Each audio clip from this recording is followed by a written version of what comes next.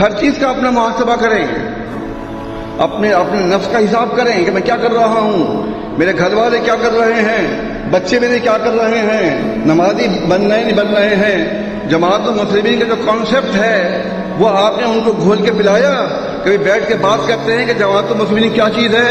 یوں تو سارے کلمہ پڑھتے دکھائی دیتے ہیں باہر، داڑیاں بھی ہیں، پاجامہ بھی اوپر ہے، پٹھے بال بھی رکھے ہوئے ہیں، کیا چیز ان کے سامنے دکھائی نہیں دیتی آپ کو؟ پھر آپ وہ گمراہ کیوں ہیں، آپ حق پر کیوں ہیں؟ یہ کیوں بھائی؟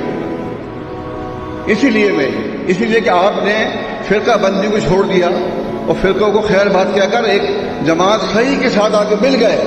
اس لیے ملے کہ آپ نماز نہ پڑھیں، نماز بچے بھی نہ پڑھیں، آپ کے داڑھی آپ پوری نہ رکھیں، پاجامہ آپ کے یہاں سے نکلنے کے بعد نیچے پڑا ہوا ہو۔ ایسے تھوڑی نجات ہوتی ہے اللہ کے یہاں، ایسے نجات نہیں ہوتی۔ نجات کے لیے جن باتوں کا حکم دیا ہے اللہ کے نبی صلی اللہ علیہ وسلم نے وہ آپ کو بجا لانا پڑے گا، ورنہ آپ گناہ گار ہوں گے اور اللہ کے یہاں پکڑ جائیں گے۔